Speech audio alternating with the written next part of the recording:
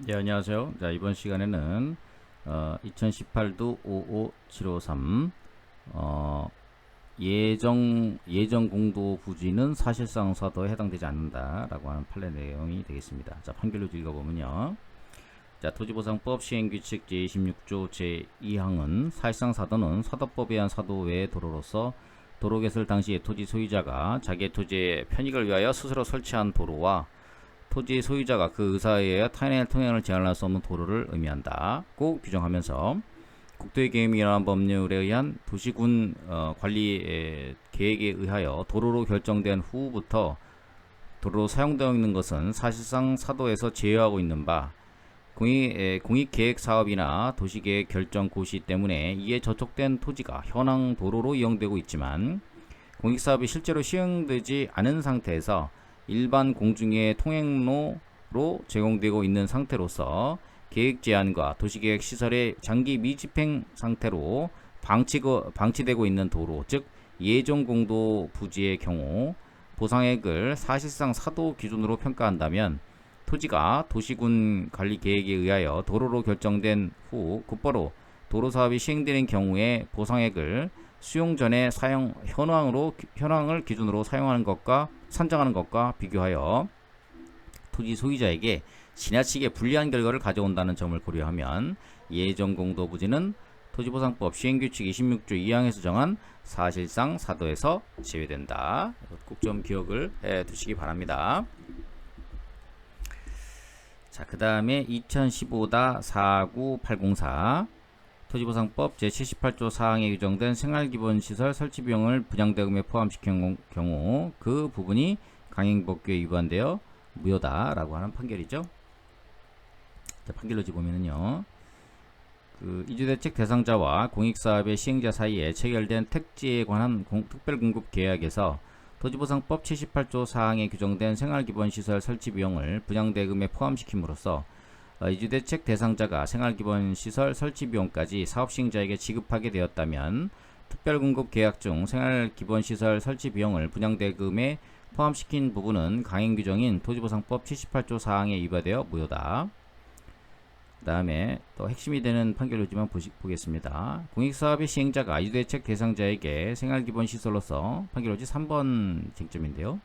생활기본시설로서 제공하여야 하는 도로에는 길이나 폭에 불구하고 주택법 제2조 8호에 정하고 있는 간선시설에 해당하는 도로, 즉 주택단지 안의 도로를 해당 주택단지 밖에 있는 동종의 도로에 연결시키는 도로가 포함되면 물론 사업시행자가 공익사업지구 안에 설치하는 도로로서 해당 사업지구 안에 주택단지 등의 입구와 사업지구 밖에 있는 도로를 연결하는 기능을 담당하는 도로도 특별한 사정이 없는 한 사업지구 내 주택단지 등의 기능 달성 및 전체 주민들의 통행을 위한 필수적인 시설로서 이에 포함된다. 이렇게 보시면 되겠고요.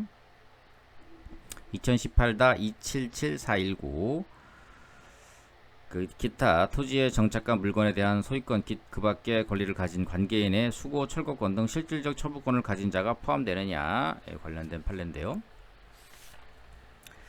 토지보상법상 보상 대상이 되는 기타 토지에 정착한 물건에 대한 소유권과 그 밖의 권리를 가진 관계인에는 수고, 철거권 등 실질적 처분권을 가진 자도 포함된다. 이렇게 판시하고 있습니다.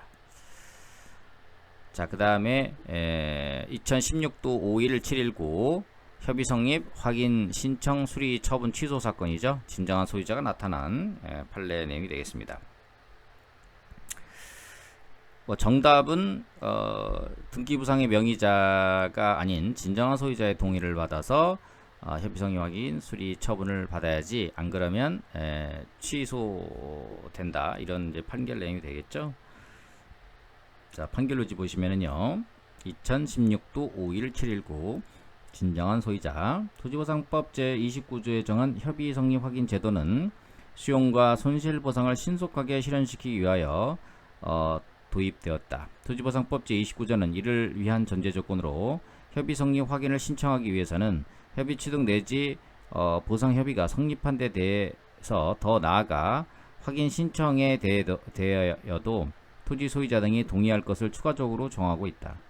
특히 토지보상법 29조 3항은 공증을 받아 협의 성립 확인을 신청하는 경우에 공증에 의하여 협의 성립, 협의 당사자의 자발적 합의를 전제로 한 협의의 진정 성립이 객관적으로 인정되었다고 보아 토지보상법상 재결 절차에 따르는 공고 및 열람, 토지 소유자 등의 의견 진술들의 절차 없이 관할 토지 수용의 수리만으로 협의 성립이 확인된 것으로 간주함으로써 사업 시행자의 원활한 공익사업 수행, 토지수용위원회의 업무 간소화, 토지 소유자 등의 간편하고 신속한 이익 실현을 도모하고 있다.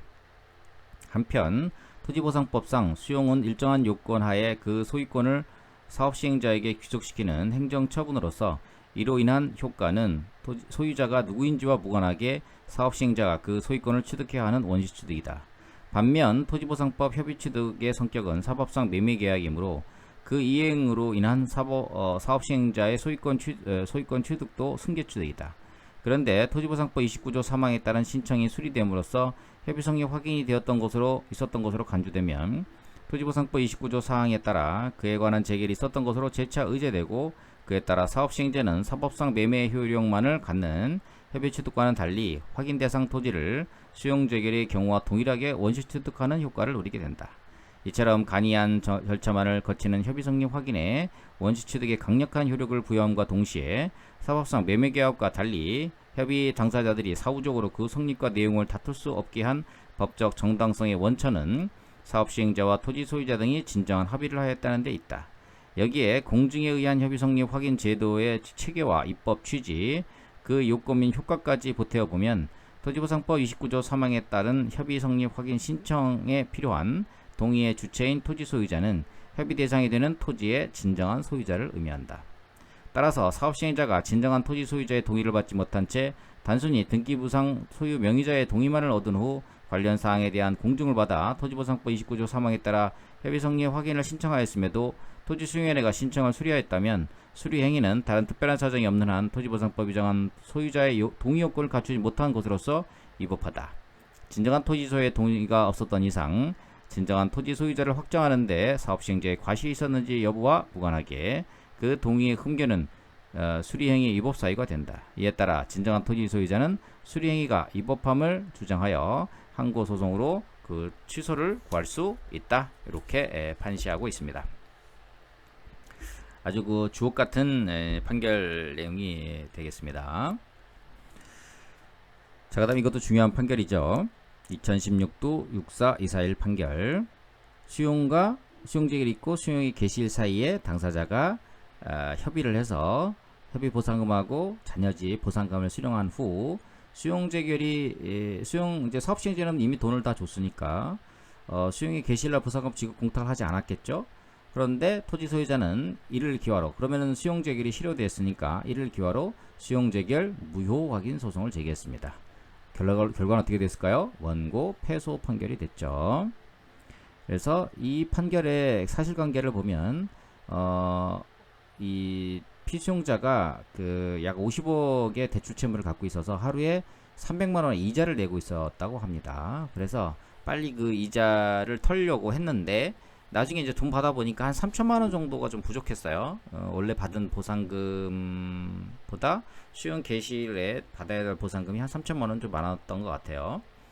그래서 이제 이 변심이 된 사건이 되겠습니다. 그래서 대법원은 이 원고 패소 판결을 했죠. 자, 그래서 우리 2016도 64241 판결 우리 3판 교재를 보면 47페이지에 있습니다. 자, 판결로지 보시면요. 자, 토지보상법은 사업시행자에게 협의 취득 절차를 거치도록 하고 협의가 성립되지 않거나 협의를 할 수 없는 때에는 수용재결 취득 절차를 밟도록 규정하고 있기는 하다. 그렇지만 일단 토지수용위원회가 수용재결을 하였더라도 사업시행자는 수용 또는 사용의 개시일까지 보상금을 지급 또는 공탁하지 아니함으로써 재결의 효력을 상실시킬 수 있다는 점, 토지 소유자 등은 수용재결에 대해 이의를 신청하거나 행정소송을 제기하여 보상금의 적정 여부를 다툴 수 있는데 그 절차에서 사업시행자와 보상금에 관한 임의로 합의할 수 있는 점, 토지보상법의 입법 목적에 비추어 보더라도 수용재결이 있은 후에 사법상 계약의 실질을 가지는 협의 취득 절차를 금지할 별다른 필요성을 찾기 어려운 점 등을 종합해보면 토지수용위원회에 수용재결이 있은 후라고 하더라도 토지 소유자 등과 사업시행자가 다시 협의하여 토지 등의 취득이나 사용 및 그에 대한 보상에 관한 임의로 계약을 체결할 수 있다고 봐야 한다. 두 번째 판결로지. 중앙토지수행위원회가 지방국토관리청장이 시행하는 공익사업을 위하여 갑소유 토지에 대하여 수용재개를 한 후 갑과 사업시행자가 공공용지의 취득협의서를 작성하고 협의 취득을 원인으로 한 소유권 전등기를 마쳤는데 갑이 사업시행자가 수용 개시일까지 수용재개를 보상금 전액을 지급 공탁하지 않아 수용재개를 실효되었다고 주장하며 수용재개의 무효 확인을 구하는 소송을 제기한 사안에서 갑과 사업시행자가 수용재개를 이순 후 보상금을 새로 정하여 취득협의서를 작성하였고 이를 기초로 소유권 전등기까지 마친 점 등을 종합해보면 갑과 사업시행자가 수용재개과 별도로 새로운 계약을 체결했다고 볼 여지가 충분하고 만약 이러한 별도의 협의 취득 절차에 따라 토지에 관하여 소유권 전등기가 맞춰진 것이라면 설령 갑이 수용재개의 무효 확인 판결을 받더라도 토지의 소유권을 회복시키는 것이 불가능하고 나아가 무효 확인으로서 회복할 수 있는 권리나 다른 권리나 이익이 남아있다고도 볼 수 없다 해서 원고 패소 판결을 한 사건이 되겠습니다. 그래서 그 판례도 잘 기억을 해 두시고요. 항상 최선을 다하고 포기하지 않는 자세로 임할 때 감정평가사 꼭 합격한다. 이런 말씀 드리고 싶습니다. 감사합니다.